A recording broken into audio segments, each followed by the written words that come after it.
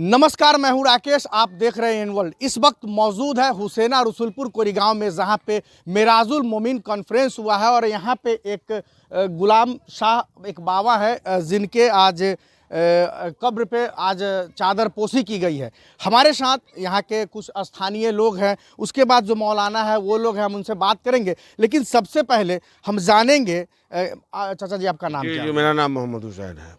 अभी जो चादर पोशी की जो कार्यक्रम हुई है, ये कौन थे और इनके बारे में थोड़ा सा, इनके व्यक्तित्व के बारे में बताइए। जी ये मैं बता रहा हूँ आपको कि ये इनका नाम है मोहम्मद गुलाब शाह। जी ये अपने ज़माने में, अपने दौर में जी यही इस इलाके के मौलवी साहब थे।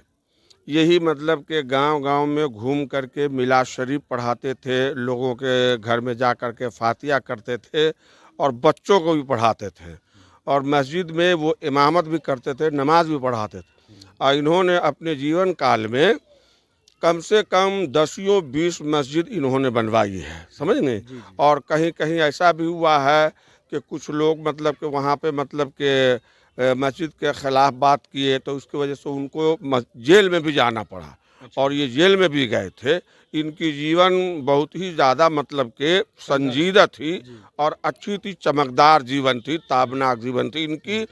और इन्होंने बहुत सारे बच्चों को पढ़ाया, उसमें से एक मैं भी हूँ कि मुझको भी इन्होंने पढ़ाया है। जो बचपन में पढ़ाई जाती है, शुरुआती तालीम मुझको इन्हीं से हासिल हुई है ना। और ये बहुत ही लोगों पर मेहरबानी और शफ़क़त और मोहब्बत की नज़र से देखते थे। आज जो मेराजुल मोमिनीन कॉन्फ्रेंस तकरीबन 32 साल से मुझको याद है कि ये कॉन्फ्रेंस होती है और जनाब मतलब ज़फ़र मस्तान साहब हुसैना रसूलपुर कोरीगांव के हैं, जो हर साल अपने खर्च से करते हैं, बगैर किसी चंदा चुटकी के करते हैं। अब अल्लाह ही जानता है कि ये कहाँ से पूर्ति करते हैं और किस तरह करते हैं।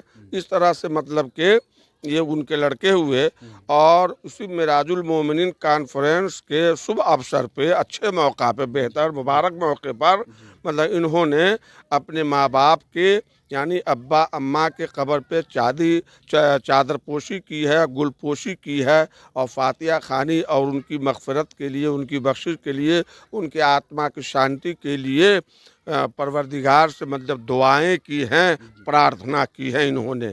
और उसके साथ में सारे हम लोग थे। साक्षात लोग बताते हैं कि जब इनका इंतकाल हो गया तो मतलब कि लोग जब दफन करने के लिए आए तो जहाँ जितने लोग वहाँ मौजूद थे उन लोगों ने देखा कि जब उनको कब्र में उतारा गया दफन करने के लिए तो एक मतलब कि रोशनी ज़ाहिर हुई, जिससे सारा कब्र रोशन और मुनव्वर हो गया, है ना। तो उस ज़माने में तालीम कम थी, इल्म लोगों के पास कम था, इसलिए कम लोग जानते थे, है ना। लेकिन अब हम लोगों को समझ में आया कि ये एक बहुत बड़ी हस्ती थी। अल्लाह ताला इनको जन्नतुल फिरदौस में आला से आला मकाम अता फरमाए। जी जी बिल्कुल। हमारे साथ एक और चाचा हैं, हम उनसे बात करेंगे। डॉक्टर जफ़र मस्तान साहब उनका नाम है। जफ़र साहब क्या है, मतलब पितरों जो हमारे, जैसे हमारे शब्दों में कहें तो जो अपने जो पूर्वज होते हैं उनकी पूजा करना, आराधना करना, ये हमारे शब्दों में है।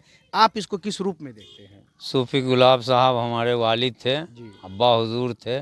मैं उनका लड़का हूँ और उन्होंने 82 में इंतकाल किए थे। जी उनका मृत्यु हुआ था और आज तक के उनको 82 से लेकर के अभी तक के मैं उनको चादर पोशी करता हूँ और मिराजुल मोमिनीन कॉन्फ्रेंस उन्हीं इस तारीख पर मनाया जाता है और मेरा नाम मोहम्मद ज़फ़र मस्तान है। जफ़र साहब, एक बार इनके बारे में एक कहानी है, लोग किंवदंती है, लोग चर्चा करते हैं कि जब इनका इंतकाल हुआ था तो जब कब्र में उतारा जा रहा था तो वहाँ पे एक तेज़ रोशनी प्रकट हुई थी। कहाँ तक सच्चाई है इसमें? ना ये सच्चाई है जी कि जब लोगों ने उनको दफन किया गया, जी बांस के पटोट में जब रखा गया, जी उसके बाद में एक रोशनी फूटी जो अजीब रोशनी थी कि बहुत सारे उजाले हो गए थे।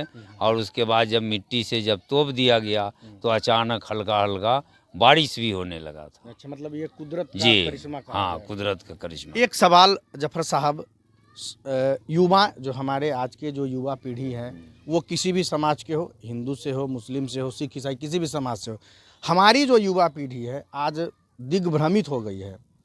जो उनकी अपनी जो संस्कृति होती है, संस्कृति से अलग हटके वो कुछ काम कर रहे हैं, वैसे भटके हुए युवाओं के लिए आपका क्या संदेश रहेगा? हमारा संदेश ये है कि सब लोग अपना मिलजुल करके रहें और उसके बाद में भाईचारे की तरह चलें।